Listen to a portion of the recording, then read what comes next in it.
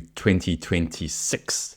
It has been a pretty sporadic 2 years for me in terms of producing content, and I quickly wanted to give a little bit of an update as to why, especially for last year. So last year I moved twice and I went back to a part-time job, which is why I have left a little bit of the focus on this channel and other content.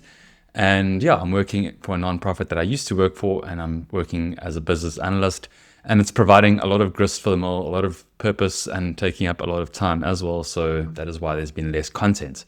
But nevertheless, I want to continue producing YouTube videos and then also maybe other educational content, because I find it to be a good side project, and yeah, but not the main thing.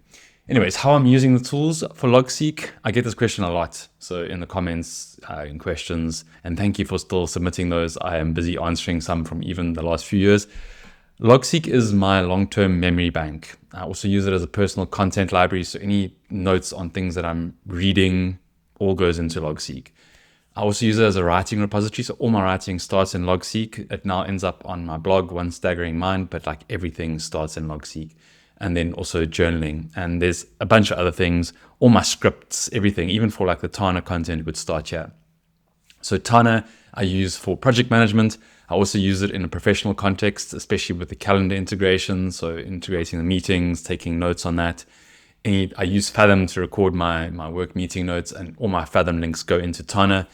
And then also for audio transcription. So whenever I write an email, I tend to record it first, and then I put it through LLM, or I just edit it and put it into Gmail. So that's how I'm using the two, very, very briefly. And yeah, there's a lot more that I could go into detail there. But the content focus for this year, more focus on low effort pushes. So this video, for instance, very low effort, really wanting to just get something out and yeah, just get that ball rolling again. I keep saying that, I don't do it. So yeah, may 2026 be the year of a little bit more consistency. More focus on Logseek. So Logseek has made some changes, and that's Logseek DB. There's now 2 versions. I'll get into that now. And yeah, I want to have a look at that Logseek database version and how it compares and what you might want to use it for. I'm also doing a podcast with a friend, which will actually be live very shortly after this. And yeah, we're just going to chat nonsense in the forest or in other great locations. And yeah, maybe it's a bit more unfiltered, the unfiltered side of me. Talking about unfiltered, One Staggering Mind, I've got that OSM back. So One Staggering Mind, I changed it because stuttering is negative, staggering is more positive, and there's also other connotations there. It's not just like blowing my own horn. And then yeah, speaking about Logseek DB, I've already started working on a syllabus for Logseek Mastery DB, because unfortunately, or fortunately, I don't know how you look at it, it's a completely different tool. Yeah, some of the principles are the same, but like the way that you use it, sure, it's going to create a lot of confusion, which is an interesting problem to solve.